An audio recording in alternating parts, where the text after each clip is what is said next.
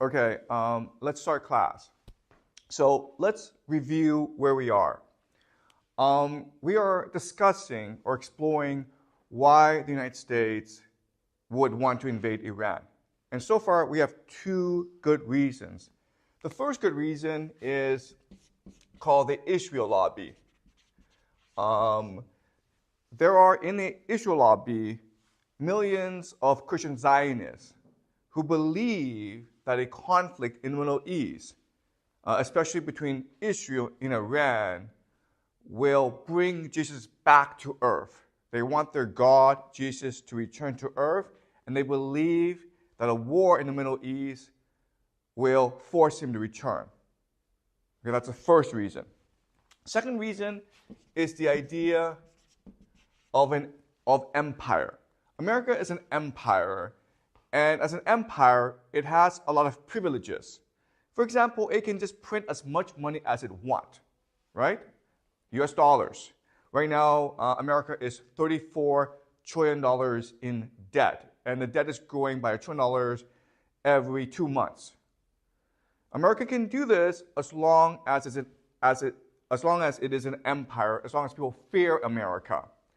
But as we discussed last class, with Putin's invasion of Ukraine, people are now starting to rebel against the empire, and therefore America must demonstrate it still is the military hegemon of the world, and therefore it can do this by invading Iran. Okay? Today we look at the third and final force driving conflict in the Middle East. And it's really the conflict between Saudi Arabia and Iran. Most people think that Iran's major enemy in the Middle East is Israel. In fact, Iran's major enemy is Saudi Arabia. These two are bitter rivals. And to understand why, we have to look at their history. Okay? So the year is 1979. At the start of 1979, Saudi Arabia and Iran are very good friends. Okay? So let's look at a map of the Middle East. Iran is here. It's next to Iraq. Saudi Arabia is down here. Then this is Egypt.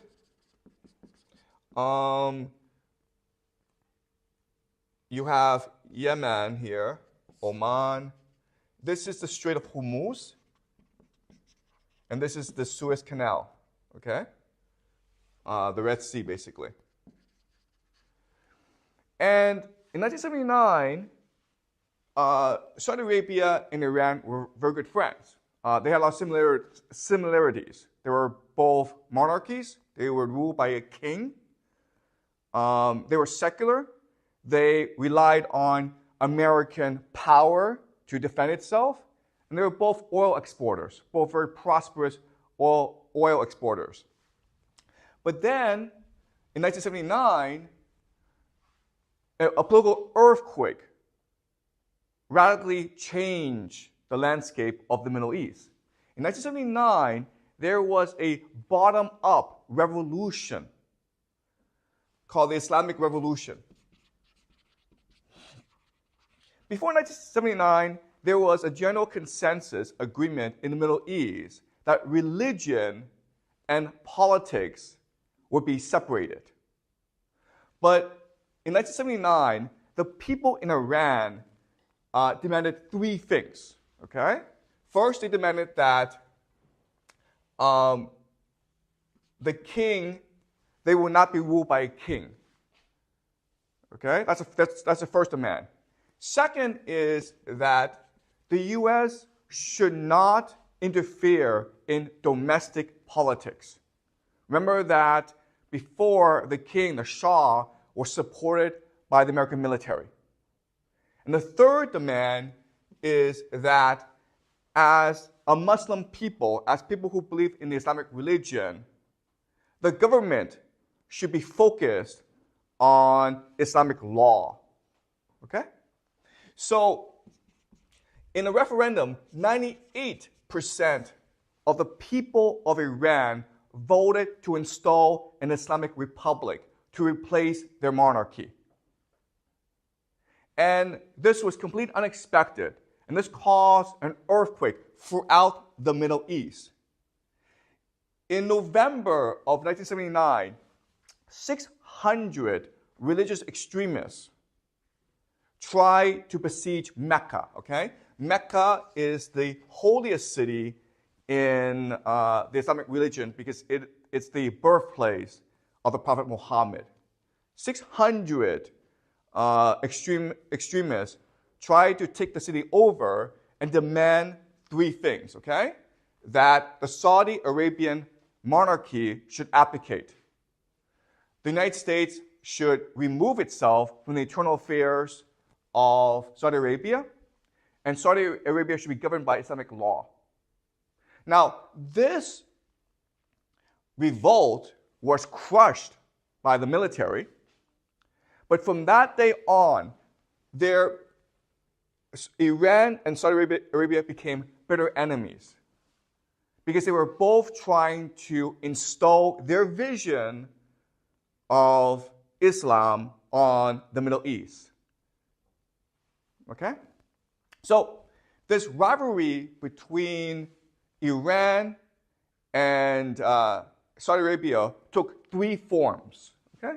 The first form is religious. So even though they're both Muslim countries, Islamic countries, they have different versions of the religion. Okay? So Saudi Arabia is Sunni, and Iran is Shiite. Now, you may ask what the difference between these two different branches of the religion are. And the answer is no one actually knows. It's a very complicated issue. The major difference is this. In 610, the Prophet Muhammad in Medina, in the city of Medina, he had a vision to found a new religion called Islam. Okay? And he spread this religion throughout the Middle East, throughout the Arab world, forever transforming the Middle East. When he died, there's a problem of succession. Who would succeed the Prophet as the leader of the religion? The Shia people believe that only people of Muhammad's bloodline can be the leaders of the religion. The Sunni disagreed and said that anyone who proved himself competent and faithful to religion could be the leader. And so for hundreds of years, these two groups, the Sunni and the Shia, fought a war over the succession. And this led to a bitter rivalry that's lasted to this day, okay? Now, the majority of people in the world, about 8%, are Sunni, okay? The majority of Muslims in the world are Sunni. 10% are Shia, okay? So, why this is important is that Saudi Arabia is a Sunni country, and Iran is a Shia country. And at the time of the revolution, Iran committed itself to spreading the Shia revolution throughout the world, okay?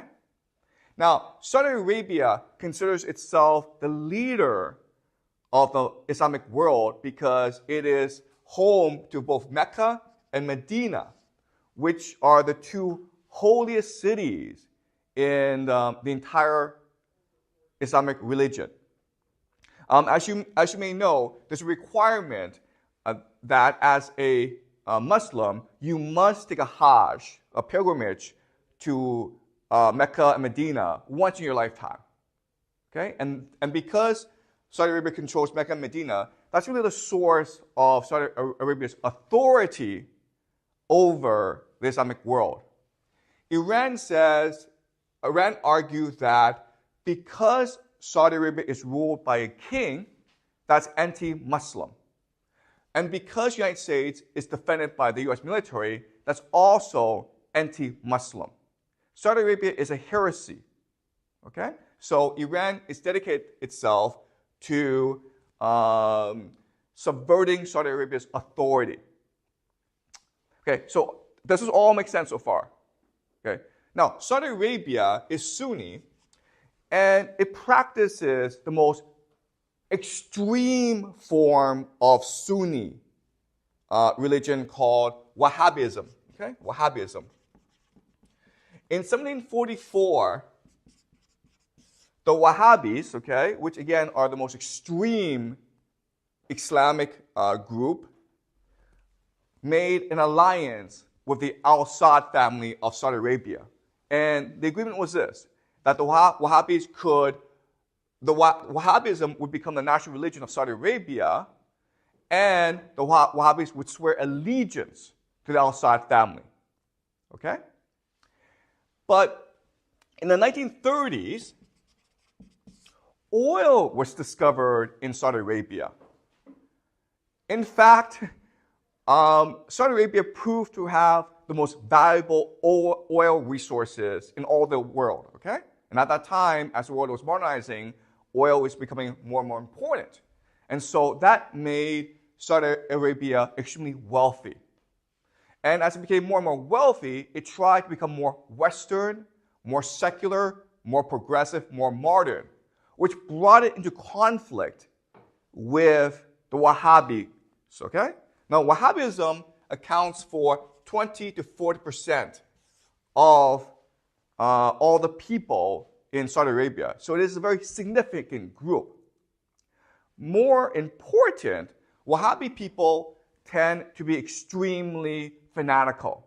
So for example, in 1979, the people who laid siege to Mecca were Wahhabis. And Wahhabis were also responsible for terrorist attacks against tourists, against foreigners in Saudi Arabia. Okay? So Saudi Arabia has always had this problem with the Wahhabis. And a way that Saudi Arabia has tried to resolve the conflict is to export the religion of Wahhabism throughout the world. So for example, Osama bin Laden was a Saudi citizen responsible for spreading Wahhabism in Afghanistan. And that's what started Al-Qaeda. Okay? So Saudi Arabia is trying to export Wahhabism. Iran is trying to export the Shia religion. And so that they come into conflict with each other. Okay? So the first source of tension between Iran and Saudi Arabia is over religion. Second is economical. And what that means is that both countries are oil exporters. In fact, Saudi Arabia is completely reliant on oil for its economy.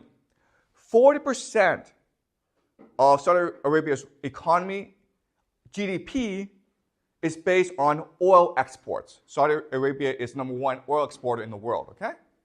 75% of government revenues comes from its oil exports. In other words, Saudi Arabia does not actually collect taxes from its citizens. It just sells oil. Okay? Iran also sells oil. It's the number 4 oil exporter in the world, but it's less reliant on oil because it has a diversified economy, meaning that it has very strong human capital. It has a very well-educated population that does all sorts of different activities. Okay, science, art, education. So Saudi Arabia, for the longest time, has been trying to control the price of oil in order to maximize profits. For example, it wants to cut back production in order to increase the price of oil, which will increase profits. But Iran often doesn't cooperate because Iran is trying to sell as much oil as possible in order to boost its economy. Okay? So there's economic conflict between these two countries. And the third and final conflict is geopolitical. Okay? And geopolitical means that both countries are trying to exert as much influence as possible over the Middle East. Now, Iran is trying to exert influence over the Middle East because after the revolution in 1979, many countries, including Saudi Arabia and the United States, encouraged Iraq to invade Iran. And this invasion, called the Iraq-Iran War, lasted 8 years, and it cost the lives of millions of Iranians. And from then on, Iran has adopted a policy of aggressive intervention in the Middle East in order to distract the United States and Israel. Okay? So, for example, in Israel, there are two groups opposing Israel, Hamas and Hezbollah. And they're both financed and supported politically by Iran. And the point of doing this is to distract Israel. Okay? Now, Saudi Arabia is trying to exert influence over the Middle East because as the number one oil exporter, it needs to control shipping lanes. Okay? It needs to control this area and this area, the Strait of Hormuz and the Suez Canal. And 40% of all the world's oil passes through these two straits, and they go mainly to East Asia, China, South Korea, and Japan mainly. Okay? So, because of these geopolitical tensions, Iran and Saudi Arabia have fought three proxy wars, okay? They fought 3 shadow wars. The first is in Iraq. Now in Iraq, as you know, in 2003, America invaded Iraq and destroyed the country. And after they destroyed the country, there's a power vacuum. And so basically Iran came in and tried to take over the country. And it could do so because 2/3 of the population were Shiite. And therefore, they had affinity with Iran. And 1/3 were Sunni. So what happened was that to counter the Iranian influence in Iraq, Saudi Arabia started to finance the 1/3 of the Sunnis against the Shia. So there was a very violent civil war fought in Iraq after the invasion. Okay? Many people also believe that Saudi Arabia is responsible for the financing of the Islamic State, okay? Or ISIS. Because ISIS really hates the Shia religion. Okay? But over time, because Iran has been so much more effective in projecting its power than Saudi Arabia, basically Iran now controls much of Iraq, okay? So in this first war, Iran defeated Saudi Arabia. Then they fought another war in Syria. Syria's leader, Assad, faced a rebellion. And Saudi Arabia, America, Israel support the rebels against Assad. And Iran came in to support Assad as well as Russia. And over time, Assad was able to crush the rebellion, okay? So in the second proxy war, Iran won as well. Now, there's another proxy war in Yemen, okay? And it started in 2016. So the wars in Iraq and Syria, they were important to Saudi Arabia, but they didn't really threaten Saudi Arabia. But this war in Yemen did threaten Saudi Arabia, okay? So for the longest time, Saudi Arabia supported the Yemen political leadership. And then there was a rebellion by the Houthis, okay? The Houthis. And the Houthis were Shia villagers who lived in the mountains. And they were trying to overthrow the government. And Saudi Arabia was afraid that the Houthis would become friends with Iran. So Saudi Arabia launched a massive invasion of Yemen. It was 150,000 Saudi Arabian troops. They had warplanes. They were backed by the most advanced American weapons and technology, okay? They also had a coalition of about 30 nations, including Egypt and the UAE. The Saudi Arabia named this operation Decisive Storm, right? Which sounds like Desert Storm. And the strategy they use is what we call shock and awe. And shock and awe is basically, we have so many bombs, we have so many airplanes, we have so many soldiers that we can, in about a week's time, destroy you, okay? So go in, go fast, be decisive, destroy your enemy. Unfortunately, for Saudi Arabia, this did not work. And the reason why is, first of all, the Houthis were in the mountains. And so your bombs didn't really stop them. In fact, all your bombs did was make them really angry. Because with your bombs, you were killing civilians. Okay? So you're basically uniting the entire population against you. That's the first problem. Second problem is that the Houthis are in the mountains, but Saudi Arabia has oil fields.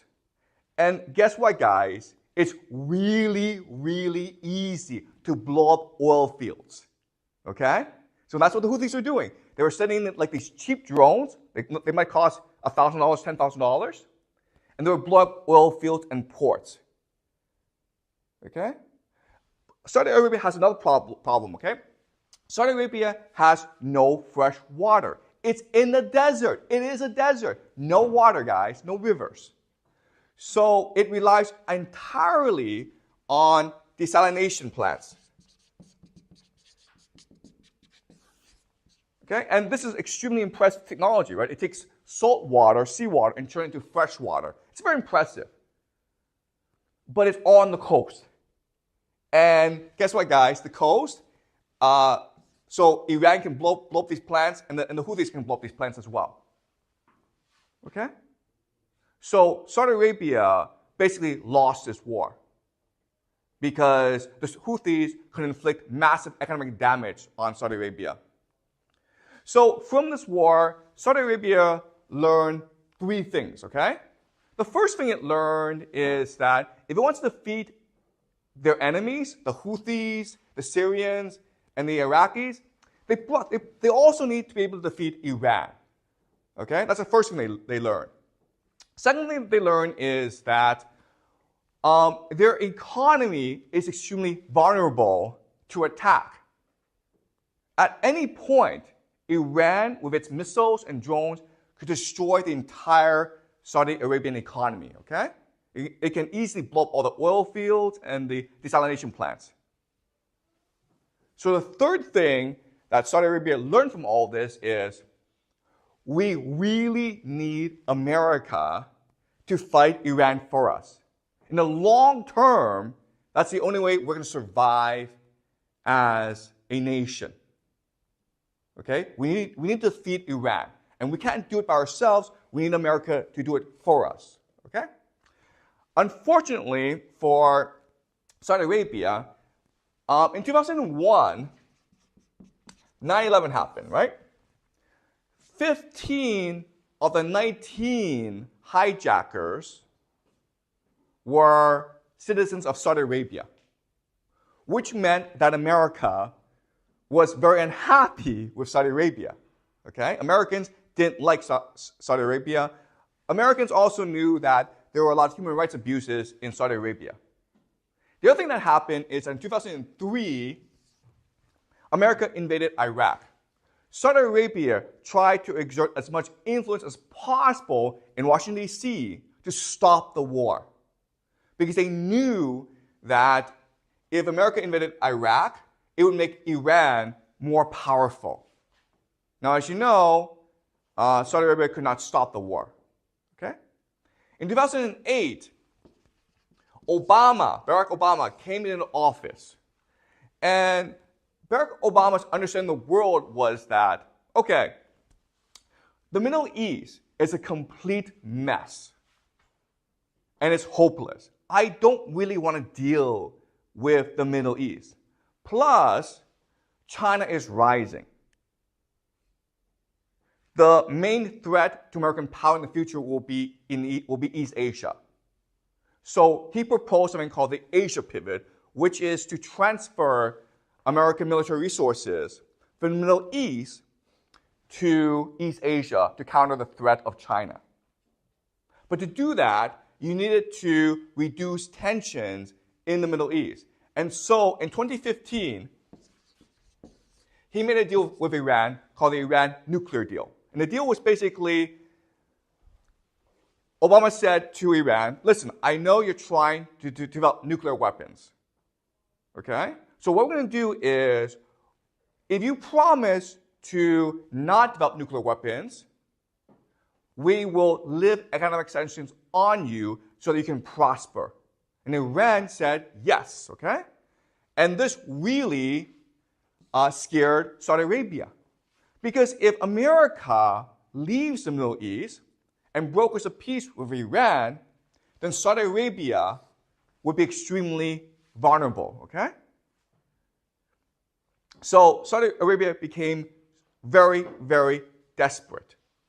Its very existence was threatened. Also, the economic outlook for Saudi Arabia was not that great. Remember, the entire economy depended on oil. But guess what, guys? Oil is a finite resource. Eventually, you're going to run out of oil. Okay? Now, if you're optimistic, you'll be like, well, Saudi Arabia would run out of oil in about 70 years' time or 80 years' time, okay? But there are also some people who believe that Saudi Arabia will run out of oil in about 10 years' time. And if Saudi Arabia has no oil, then its entire economy collapses. Okay? Then you also have a problem with global warming, right? Climate change. You also have a problem with the entire global economy is slowing down, therefore the demand for oil is decreasing. So the economic outlook for Saudi Arabia, it's extremely grim. Okay? And that's why in 2017, Saudi Arabia appointed a new leader called Mohammed bin Salman, okay, the crown prince, whoever calls MBS. And MBS promised to be a new leader. He was young, he was progressive, he wanted women to drive. He wanted young people to go to the movie theater, okay? And he proposed a new vision for Saudi Arabia called Vision 2030. Okay? But MBS's most important achievement is that he became friends with the new president, Donald Trump. Okay? So in 2016, Donald Trump became president of the United States. And MBS decided that this is an opportunity for Saudi Arabia to reset relations with America. Okay? So Trump, his first trip outside the United States was to Saudi Arabia. That was the first achievement. Second achievement is that MBS became best friends with Trump's son-in-law, Jared Kushner. Okay? And Jared Kushner was Trump's Middle East advisor. And his job was to bring peace to the Middle East, mainly between Israel and the Arab countries. And to that extent, Kushner did a great job because MBS helped him, okay? So his major achievement is something called the Abraham Accords. The Abraham Accords is just to establish peace between Israel and the Arab countries so that they can unite against Iran together. So MBS was looking very good. But then in 2018, he did something that scared the world. Okay? MBS was a visionary. He had a plan for where to take Saudi Arabia. He wanted to modernize Saudi Arabia. But he was also young, and he was a tyrant. He did not like people who criticized him, okay? So there's a journalist named Jamal Khashoggi who worked for the Washington Post and who was a permanent resident of the United States. He was a Saudi national. And MBS had him killed. And this caused an international uproar, okay? The CIA, the US government, conducted an investigation, and they determined that it was MBS who ordered the assassination. Trump protected MBS. Okay? And then the most important thing that Trump did was in January 2020, Trump ordered the assassination of a man named Qasem Soleimani, who is considered to be the second most powerful man in Iran after the Ayatollah, okay, the supreme religious leader of the country. It is Qasem Soleimani who was responsible for Iran's policies in the Iraq War, the Syria War, and in the Yemen War, okay? So from the perspective of Saudi Arabia, Qasem Soleimani is public enemy number one. He is the greatest threat to Saudi Arabia. Now, before, okay, America had many opportunities to assassinate Qasem Soleimani. George W. Bush had the opportunity, Barack Obama had the opportunity, and both believed that doing so would cause basically World War III, okay? Because if you kill the number 2 leader of Iran, Iran would have no choice but to go to war with you. And that's why they both refrained from killing Qasem Soleimani. In fact, when Trump made the decision to assassinate Soleimani, the entire military was stunned. Okay? They couldn't believe this was happening. So, how does this happen? Okay. So, for some time, there was some conflict between U.S. soldiers and Shia militiamen in Iraq. And the Pentagon felt it had to act, okay? So, in these situations, they had to go to the president and present options to the president of how best to respond.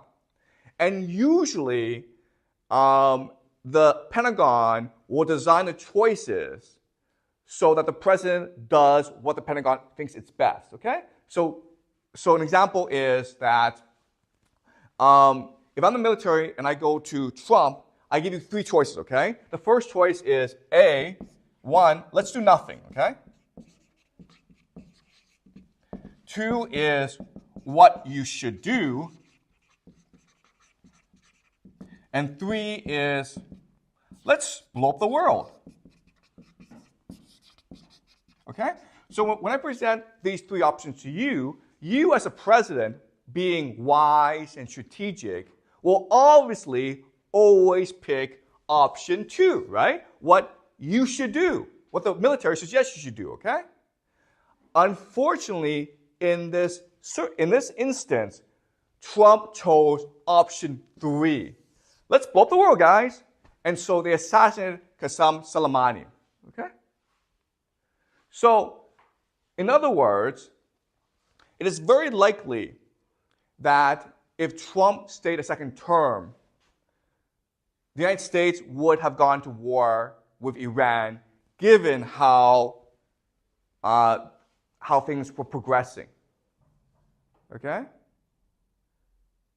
MBS was so happy about all of this that he once bragged privately to a friend that, oh, Jared Kushner, Trump's son-in-law, the man responsible for all Middle East policies, well, he's in my pocket, meaning I own him.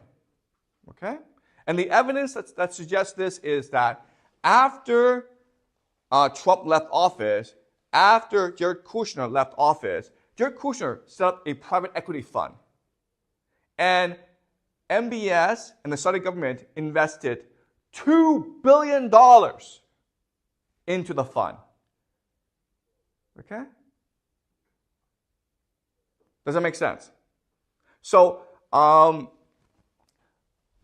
we don't know how, we don't know this for sure, but it seems like Trump is doing exactly what the Saudis want, which is to inflame tensions with Iran. Okay? And this suggests that if in November Trump wins a second term, it is very possible that Trump will declare war on Iran. Or at the very least, continue to escalate tensions with Iran, okay, which will very likely lead to World War III. So in that respect, the election in November, whether or not Trump comes back into office, is one of the most consequential elections. Okay? Does that make sense, guys? Okay, any questions? Anything you want me to clarify before we end class?